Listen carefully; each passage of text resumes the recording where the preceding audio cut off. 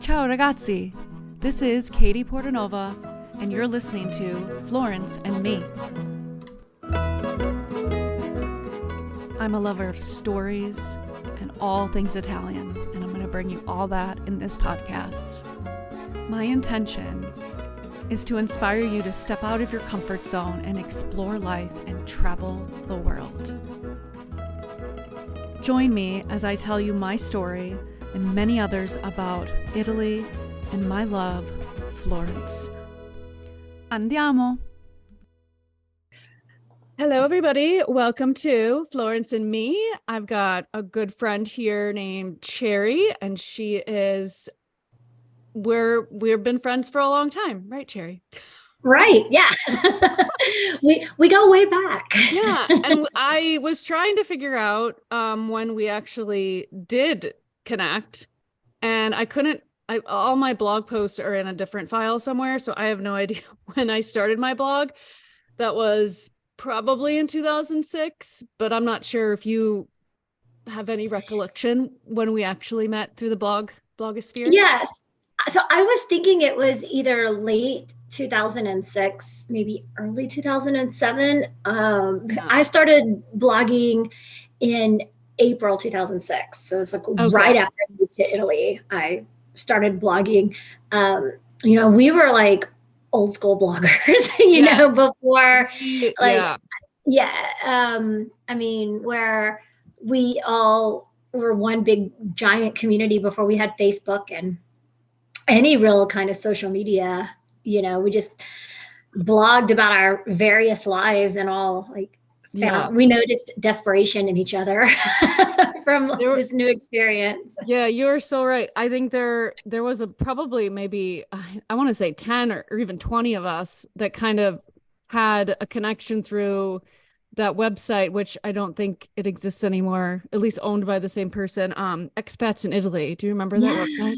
I do, yes. Mm-hmm. Yeah, so so anyway, welcome to this podcast, everybody. I've been wanting to have Cherrye on here for a long time just because she and I have a lot of things in common.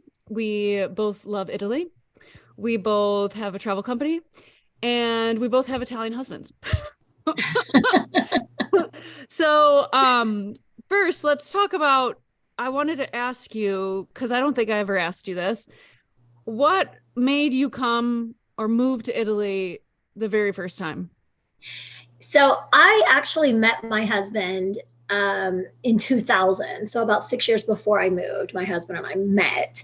Okay. And he is from Calabria, which is how I ended up there. We were both working at Disneyland Paris. Oh, okay. We met there, and so I saw, this cute guy, and I was like, is he Italian or is he Spanish? Where is he from? And it was South Italy, and I had to Google Calabria to see where Calabria was in Italy. And so we were friends a long time and eventually decided to date. And then we wanted to date for a long time, or we did date for a long time before I moved. And, we were about 5 years into the relationship. And, I think one of us is going to have to move. We can't keep a long distance relationship forever. Yeah. And, I had lived in Paris and I thought, I've been an expat. I can live in Calabria. It's the same thing. Sure you can. It's not the same thing. No. different lifestyle, right? Yes. So that's how I ended up, April 2006. And that's why you started your blog? Is that why that started, or why did you start? Absolutely. Okay. Yeah. And so I have a really good friend who helped me move over, and she said, why don't you start a blog, and then you can tell all of us at once what you're doing, and you're not going to have to send us all separate emails. And I said, what's a blog? So she explained that to me, and I said, well, this is great. I can just, tell everyone at once what I'm doing, never, ever expecting people I don't know to read it Sure. or even expecting to connect with people like you Yeah. who I did, through the blog. Yeah. It was a really great period, those early 2000s, I remember, because we did all connect on the same level of we were all expats. We were all either working in Italy on our own, or we were with a loved one, we were with a significant other. So there was all these like different obstacles that we all understood, and nobody in the States or anywhere else in the world understood us. And I'm glad we kept that like collective going for so long, because the blog did open up a lot of people to living in Italy. I feel like for all of us that were speaking about our lives, because we did speak Absolutely. about our lives. I feel like, even though it was Yeah, mundane for us, but like, right, we did. And then it was really interesting too to see that, you in Florence had similar difficulties in the experience as I did in Calabria. mhm. Um, and then even meeting people, there were people in Umbria, there were people in Puglia, Rome, expats. Mhm. And so there, we were all kind of spread out. I remember that's when I met Linda too, from Milan. And, Mhm. so it was just interesting to see how different things were from the different Yeah. regions that we all lived in, but then also very similar, Yeah, having to get our permissions and having, dealing with health and, totally. looking back, I'm like, oh, that wasn't so bad. But we all had each other, I think, to also like we were around the same point, Sure. but like maybe you had just done something that then I was trying to do so you could walk me through it and things. Yeah, So we were able to like support each other in that way, which I loved, even though we never actually met in person, me and you. But I met some of the other girls. One time we did like a meetup in Florence, and there was Sarah Rosso and like God, there were so many, I can't remember. Arlene, who's still in oh yeah. Rome. Arlene was Mhm. there because she had just moved to Rome. Yeah, there's a whole bunch of people that I don't know if they're all still living in Italy, but there's a whole bunch of people that we all connect. We're like, oh my God, this is so cool. Like we finally get to meet each other face to face, because we all like Yeah. saw each other's little tiny little photo in our blog, and like that's it. So this was a question I want to ask. So when you moved to Calabria, did you speak any Italian? Oh my gosh, no, I did not. I mean, I had been dating my husband for several years, and so I mean, I had picked up little bitty bits, and then whenever I would visit, his family doesn't speak English at all, and so I would learn, the bare minimum Mhm. and really, really minimum. Yeah. And so when I moved there, even the cousins that are like our age, Uh-huh. they don't speak English, Uh-huh. and so um, there was a long period where I couldn't conjugate verbs. I Oh, couldn't so say hard. anything that had happened in the past or that was going to happen.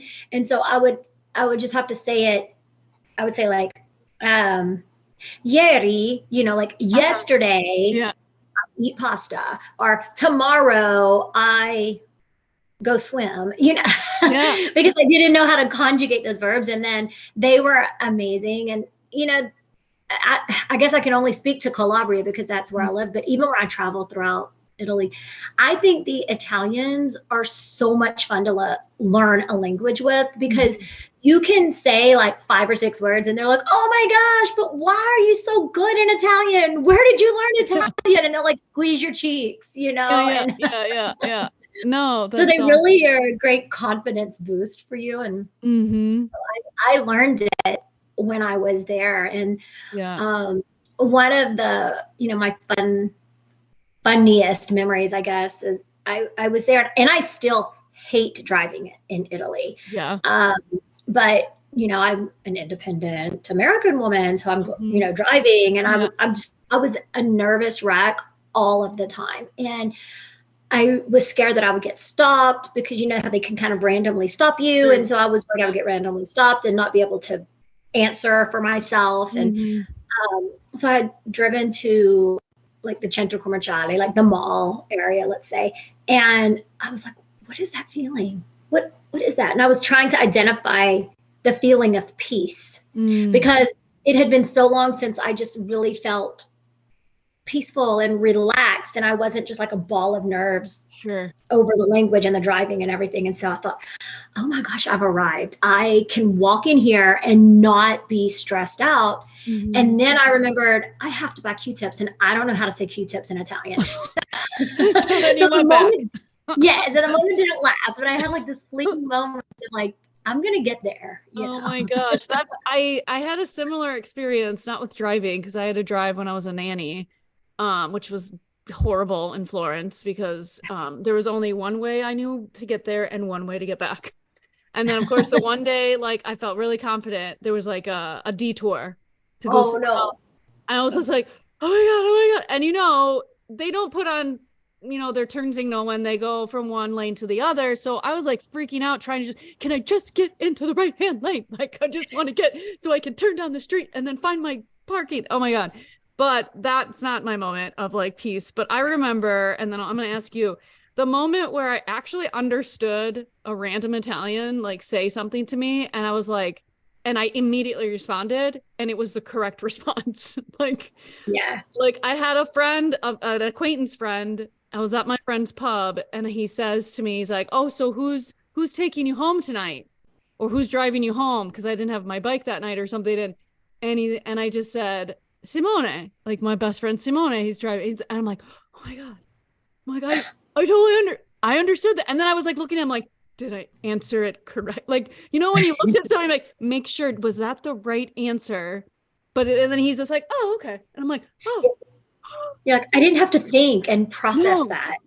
no, I didn't have to like sit there and go, okay, that's the verb. Da, da, da, da, da, da. But did you Yeah. have ever a moment like that? Do you remember that moment where you really understood like exactly I what they were saying? I do actually. And I was on like I don't remember exactly where I was going because I don't actually ride the bus very much there, but I was on a bus and there was a lady, like a nonna, Yeah. sitting beside me on the bus, and she said something to me. I don't remember what she said, but I understood it Mhm. and I could respond to her.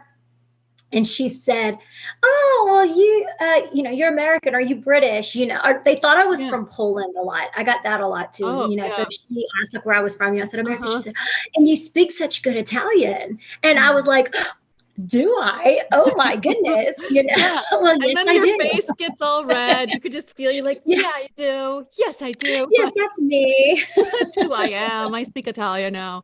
That's funny because I think the other moment I remember when I was a nanny, there was a woman that came in and did the ironing for the family, okay? And did like the washing and stuff. And years later, and I had already moved to Florence, I ran into her in a random cafe and her name was Giuseppina, Giuseppina, and she's like, I called her Pina, and I'm like, Pina, and she's like, oh, Kate, ti sei ingrassata. I'm like, oh, Oh, mamma mia. I'm like, thanks. She said I have gained weight, and I'm like, oh, this is great. But she gave me a big hug, but that was like, she was like smiling. You've gotten bigger. Like, I'm like, oh, thank you. Yeah, Like, I love it. yeah, yeah.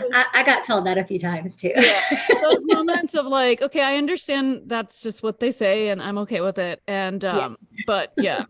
Um so there was okay. So I have a question about Calabria because I don't know much Mhm. about Calabria and I mostly know about Tuscany and maybe a little bit of Puglia, but what's one city, if you had to tell somebody that maybe is interested in going to Calabria, it's not like they don't want to go to the big town or anything like that. Like, what is the one city that you would say it's off the beaten path? The people are great, the food's great. You need to go here, and you can only get there with a bus or something. Like, you need to, like, it's like one of those really quaint towns.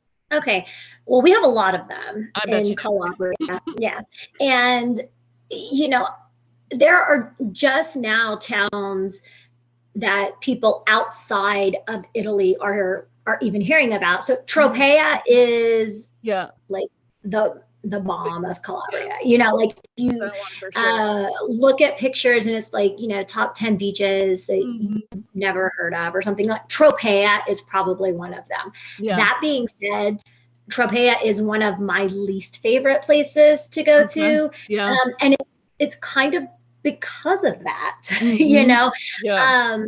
When I first moved to Calabria and we would, you know, go to Tropea, it's stunning, and it was like voted the most beautiful village in Italy for 2022, I believe, and it earns it. It's stunning. But when I first went, everyone still spoke Italian everywhere. The menus were still in Italian. And that's changed a lot. So now, you know, menus are like in multiple languages. It's not very common to just hear Italian on the streets, whereas it used to be that, you know, like 15 years ago. So I really I like Pizzo Calabro as an alternative to Tropea. Okay. It's a little bit smaller, and they have just a magnificent castle there where Napoleon's brother-in-law lives. So it's called the Murat Castle, and that's actually where he was executed. Oh. And so there's a really interesting story to that, and the museum is quite interesting there. And then there's a really cute cave church called the Chiesetta di Piedigrotta that was built out of like a cave. That's where the famous like chocolate and hazelnut gelato truffles are from. And so that's a really great beach place, 20 minutes from the airport, right off of the Autostrada. And so it's a really great base location. Yeah. But like if my sister were going to go and she, you know, she's like, I have 4 days is all, and I want to go to someplace like what you were describing, I would recommend Murano Calabro. Murano Calabro. Okay. Murano, not to be confused with Murano glass. So Murano. Yeah, M-O. Yeah. And it's at the base of the Pollino Mountains, and it's also like one of the villages on the registry of 100 most beautiful, you know, borghi villages in Italy. Okay. And it just feels like a fairy tale. And they have seasons because they're at the base of the mountain. And so, I mean, sometimes it's snow covered, sometimes it's spring. It does get really hot in the summer, but you know, it's close to Basilicata, so they have some of the like peppers from Basilicata region that are really famous. Because our Tropea, our Calabrian peppers are also world famous, but the ones from Basilicata are a little different. Yeah. So they're right there, kind of at the border. They're in the mountains, so it's more of like the mountain meat, pork, more the heavy tomato sauce food, rather than the seafood that you would find along the coast. And the seafood in Calabria is fabulous, but when I think of like Calabrian cuisine, I think of like that mountain food, you know, like the sopressata, the sausage, eggplants, and things like that. And so the food is fabulous. It's a really great wine region there for the Pollino wines as well. So you're surrounded by that. You're near Sibari, which is of course like a famous Greek village from like 8th century BC. What's the name of that one? Sibari, S-I-B-A-R-I. And so that's kind of where La Dolce Vita came from. Oh, really? Really, really fun stories. Yeah, really fun stories there. Yeah, like so I'm like totally like lost because like I've never heard of any of these towns.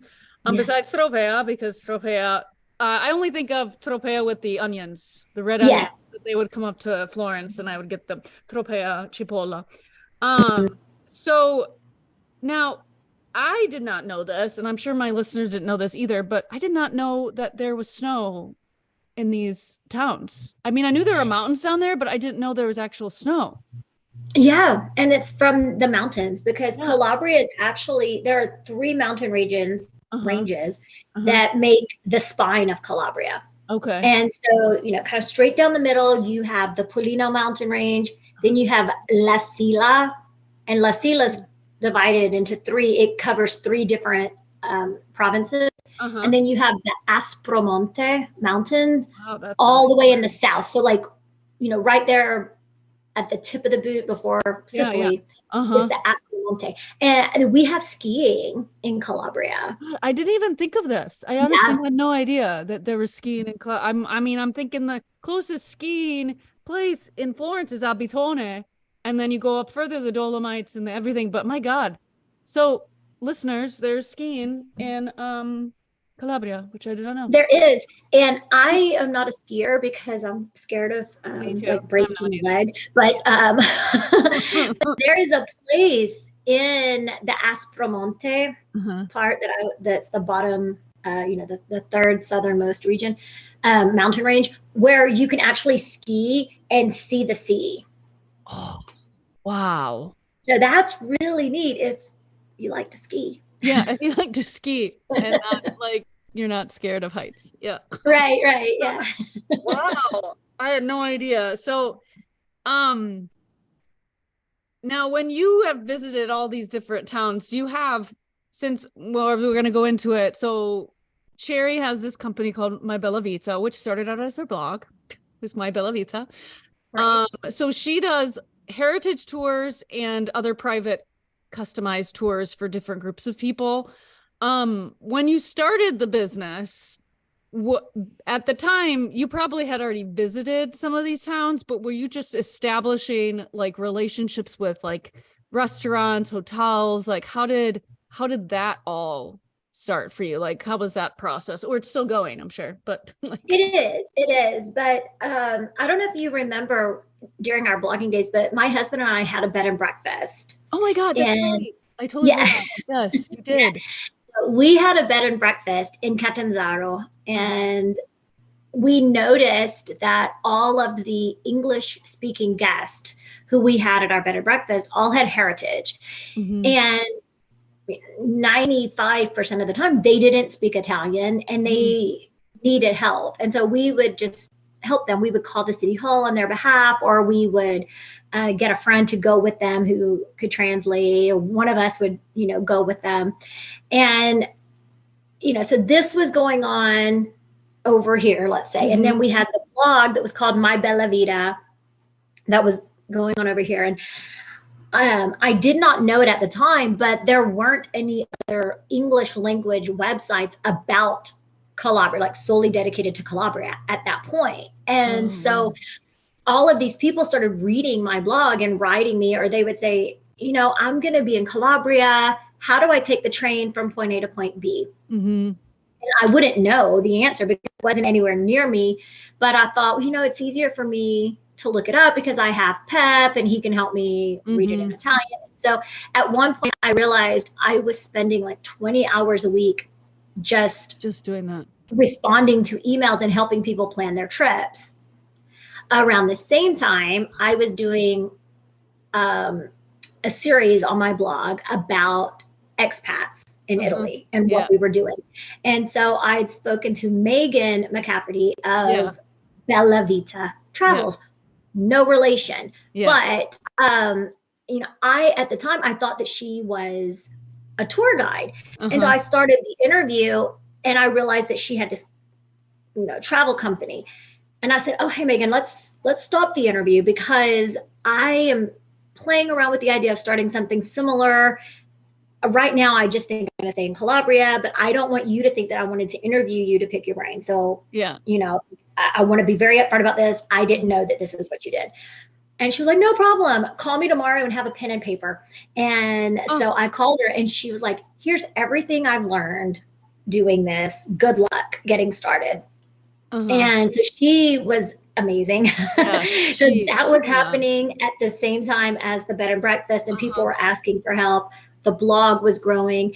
And so Mhm. it was just like really kind of a beautiful thing. It all just came together. Yeah. And as far as how we would find new things, we would just take a weekend Uh-huh. and go. And I would say, "Hey, I read a lot about Murano Calabro. I would Uh-huh. really love to go and see it." And so I would do as much research as I could online, Yeah. and then I would, go maybe for the weekend and research. And that's Uh-huh. that's a lot of what we do now.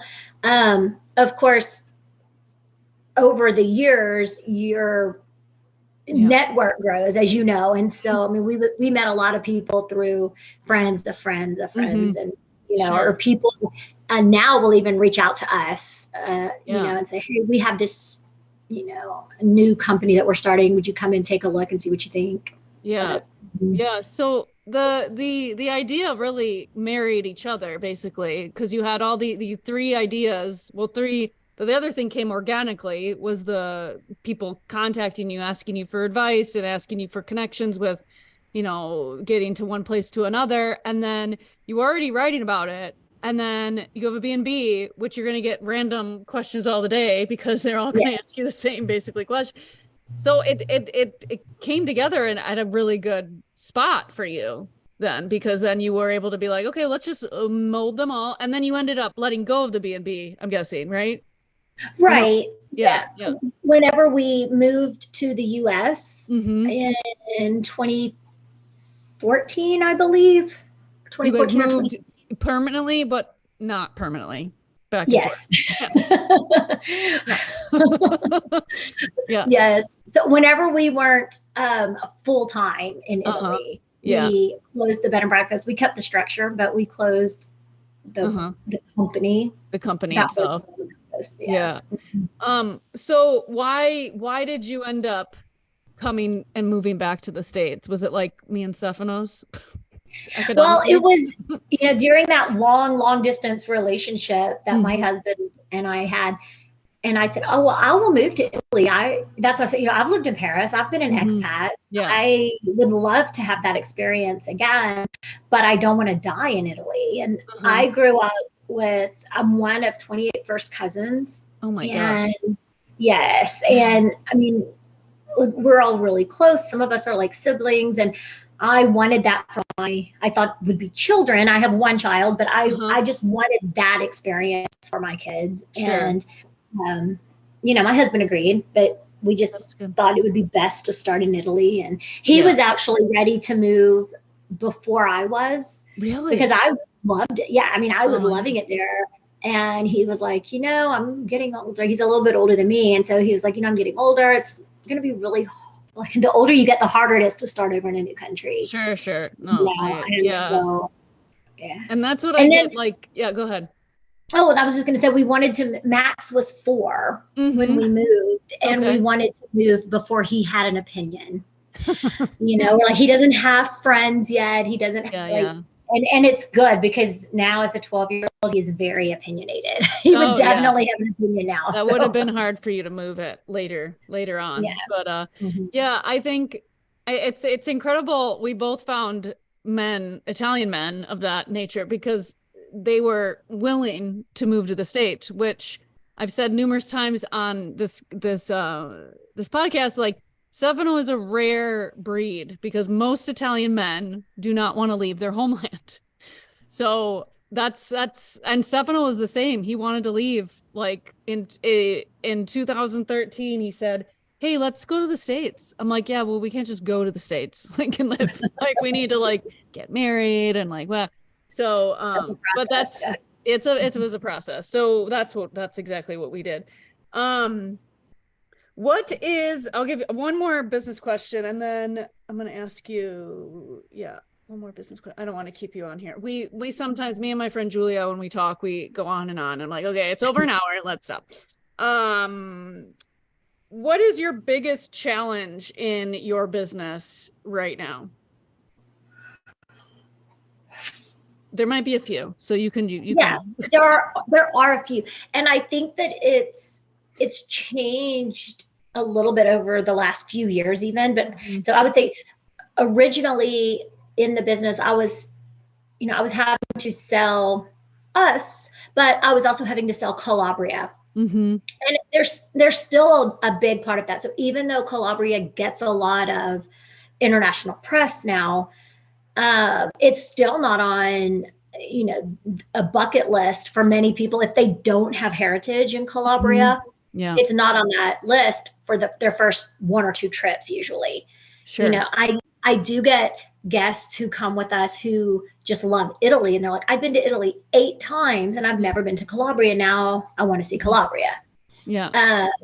but very rarely do people just want to go to Calabria if they haven't done other parts of Italy or if they don't have the heritage. And so actually, even now, I think that is the biggest, our most difficult hurdle is not just selling us, but selling Calabria, because I'm very happy with what we do and the way that we perform for our guests. We have every year we have 50% of our guests for that year are repeat travelers. And so that's amazing. The people who travel with us are amazing. They're loyal. They tell their friends about us, which is great. And we have a small team on the ground in Calabria. And I mean, they're amazing. They're bought into the business. And, so it's not, the hardest thing is getting people there. Sure. And getting people to say, it's not necessarily if they come to Calabria, why would they book us? It's more of, am I going to go to Calabria now, or am I going to go in a few years? Because I get a lot of emails. I would say probably 5 or 6 a week from people who have been reading our website a long time, and now they're going to go. Like, I've been following you for years, and now we finally get to go.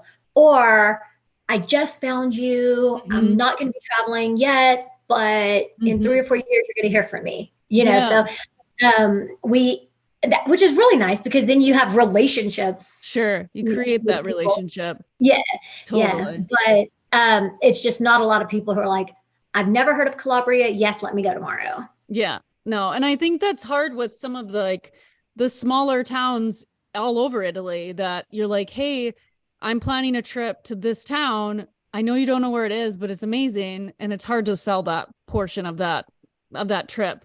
But I want to piggyback off of what you were saying with Megan, because I remember Megan. Megan was at that little meetup in Florence that one year. It was like 2005. I don't remember, but and I remember her because she was very welcoming and very open and very I don't know if she had started Bella Vita yet, but I know she had her blog and stuff because I had followed her since then. But just like she did with you did that with me. So like helped me out and said, hey, let's talk. I've never talked to you on the phone. Let's talk on the phone. Tell me what you do. Okay, great. Thanks. This is what you do. This is how you do it. Good luck. And I appreciate that, because it's helped me a lot, just like the building blocks of trying to do what we do. And let's see, the last thing I was going to ask is, when someone contacts you for a trip, like a heritage trip or a customized trip, let's say it's a customized trip that has nothing to do with the heritage. Let's say it's a week, maybe people do more than that, but a week, how long does it take, depending on, let's say they have no idea what to do in Calabria, and they're just like, I'm in your hands. Tell me what I need to do, what I need to see, where I need to stay. From their initial connection with you until the end product of them arriving in Calabria, like how long is that planning process for you and the client? Well, we have had them that are like, last year someone contacted us the very last week of October, and they did have heritage. So we did know one part of where they wanted to go, but they had, if I'm not remembering incorrectly, they had 10 days. Okay. And it was a father and daughter, but the mom was planning for them. Okay. And we really didn't have, I believe we had like 3 weeks to plan this trip for them. Yeah. But the only reason that we were able to do it is because they were traveling like in November, which is a low season for us. Yeah. And so, we had all really thought we wrapped up our year, and we were going to be getting ready, for off season work. And then this came along. We're like, oh yeah, we have someone who can do this. We have the time to pull this off and do a really good job. Really though, we need much more time than that.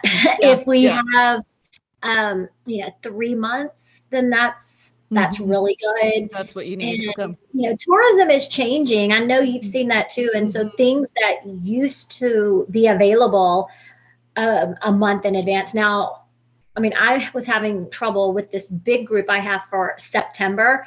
I was 14 months prior to their trip. And the hotels were booked. And I was like, no, I'm not asking for this September. I'm asking for next year. And they said, we know we're booked. Oh my gosh. I mean, and this wasn't in Calabria, it was in bigger areas. But Still. so tourism is changing, but I really like to have 3 months. And that's about the same even with heritage, because it gives our heritage specialists time. The way that we do our heritage tours are, I think, a little bit different than the way that some people do them kind of throughout Italy and throughout the world. But we have our team is of heritage specialists who do research in advance before the guest has ever arrived or traveled to Italy. And so we get the information that they have, and then we get to work confirming that what they have matches up with what records in Italy show to be true. Sure. And then we try to rebuild what their ancestors' life was like in Italy. So we aren't genealogists. Yeah. So if you want to come to us and say, I want you to research all the way back to like the 1700s, like that's, I mean, if we find anything we find, we're going to give to you. But that's not really what we're there for. Our quote unquote job is to take you to that town and be able to help you visualize how that looked for your ancestors. And so we try to find the home that they lived in, the church that they were baptized in. If the baptismal font is the same, we try to know that so we can tell you, like, this is the exact same baptismal font that your great grandfather was baptized in. Wow. Or this is the exact this, or sometimes the area has changed and we do research to know what it looked like before. So like, this used to be a big vineyard and your grandfather's house was here. It probably faced this way because Italians will often build their houses where the wind blows, Yeah. But, we don't know, but we'll like say this is give probably, them a story. Like this is where their house was, and this is what was here. Now it's a piazza. But back then it was a vineyard, Yeah. Do you get a lot of like emotion that comes from people then during that? Isn't that just like, I would be like crying all the time then. Like, oh my gosh, yes, we do. We get I mean, it's very emotional. And I think that, that's probably why we have such loyal members of our family, because they connect with their heritage specialists in it's a deeper connection than when you just do like a tour of Pompeii, for example. Yeah. Like they know your family, as deeply as you do sometimes. And this past year, I don't want to talk too long either, but this past year, it was really neat. We had 2 different guests from the United States who did not know each other. And, kind of independently, they had booked heritage tours. And we have repeats quite often to the same town, And so it wasn't like that didn't jump out to us necessarily that they happened to be from the same town in Italy, but they had the same researcher. And so when he was researching, he was like, I've seen this family tree before. And so he was looking like, these names are so familiar. So he went back through his notes and was able to connect them and say like, oh my gosh, these people are related to each other. Oh my God. I wonder if they know that, and they didn't. And did you tell them then? You told them? We did. Oh my God.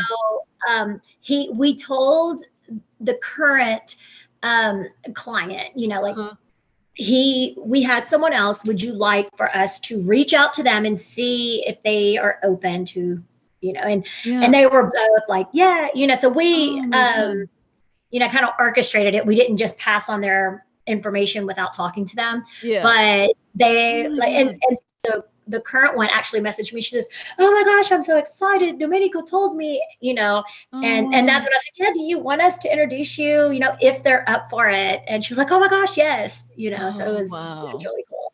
That's amazing. And Yeah. I've done my own research and my own family tree because my grandmother was born in a town in Emilia Romagna, and I have still relatives that are still there. So I think that's like, I don't know if I'll actually I want to go visit them really bad. I visited it once before with my grandmother before she passed. It was 50 years after before, last time she was there during the war. So it was like really, really special. But um my great uncle, her brother, is still vacationing in that town. He bought a house right there and he's still there, but he lives in London the other part of the time. So he asked me recently because my parents were just came back from London, and he's like, you guys should come this August. We're there every August." And I'm like, "Oh my God." I'm like, "I want to go so bad, but it's like, pricing right now is just really tough." But Yeah. it's like something like I feel in my heart that because my grandmother passed last year. She was 91, and I was really close to her. So it's like something that like is like drawing to me. I'm like, God, I really so I know this feeling that people have when they want to go, understand their heritage or understand their ancestors or why did their grandparents leave? And like I'm sure there's like reasoning that they could find through, I don't know. But I think that's just a cool thing that kind of enveloped that whole passion that you have for Italy. And then also with the clients that can keep coming back, I can imagine I would keep coming back too, probably keep go visiting my same town and just be like, "Did you find anything else?" Like, Yeah, yeah. Sometimes they do. They go like we have a lady doing a tour in May with us, and she's doing actually one of our small group tours. And mm-hmm. this is the sixth time that she Wow. will have visited Calabria with us. Mm-hmm. And so, she had both sets of grandparents from two Mm-hmm. different, so she's not always gone back to the same town, but I mean, she has relationships with her family Yeah. in Calabria now. She went to a wedding with Oh, them. And wow. I mean, now I think she wants to buy a house to spend part of the year there as well. So, I mean, That's it's, that's the dream. That's the yeah, dream. it is. And That's it's the really dream. fun for us to get to share that with them. Yeah. Oh, totally. So I've talked about you a little bit on my podcast. So if you guys are ever looking for a trip and you might have family in Calabria, you have to contact Cherrye and her team at My Bella Vita. Um, I've again, I still haven't met her in person, but I know her very well. Like, and I think you should go on one of her trips. And hopefully in the future we will do something in person because we've always talked about collaborating and stuff. So Yeah, I we're love working on it. I know we're working on it. I love the idea of actually going down and doing one of your tours anyway because I've never been to Calabria. Stefano's only been to Sicily, so he's like, "I'll go to Calabria." So yeah, is there anything else you want to tell my listeners, our listeners about like My Bella Vita and like what where we can find you is probably all the socials, right? So Right. Yeah. So if you Google My Bella Vita Travel, mhm. Cherrye, Yeah. it'll come up in Google. Even if you accidentally get Megan's company, Bella Vita Travels, she will let you know. If you say, "I heard you on Katie's podcast talking about Calabria," she's going to say, "Oh no, that's Cherrye," because we do, that's Yeah. great. We do that for each other. Uh-huh. But if you do, please reach out to me and let me know. Tell me that you heard Katie talking about my beloved Calabria, and Yes. I would love to hook you up and help you get there. And actually, if you let me know too that you heard it here, we'll make sure that you have priority because we are really close to not being able to accept any new travelers until the fall. Oh, And wow. so, Okay. yeah, Yeah. so So let book me your know. trip. Call her up. She's almost out. Yeah. She's full. She's full, guys. She's full. So Cherrye, thank you so much for coming and being on. I feel like you're with me, but thanks very much for coming to this computer and being with me today. I am very appreciative. I'm glad we've reconnected. I can't wait till you start your podcast. You haven't decided yet, have you? Or have you decided? Well, the purchase of the mic was Was like the enough. first thing. Yeah, so One now step. I'm working on it. It's One step at a time. I know you're very yeah. busy. She's very busy. She will start a podcast soon. We've talked about it, so we'll let you know when that happens. So I will leave you guys. I have another podcast coming up. I'm going to launch that with Julia this week. This one will probably come out next week, and then me and Julia are recording again this weekend. So we're going to talk about other fun Tuscan small hill town type things. So buongiorno, buonasera, buonanotte, wherever you are, and I'll see you on the next podcast. Ciao, ciao. Thanks, Julia. Ciao, bye. Thank you. I am beyond grateful for you listening to my podcast right now.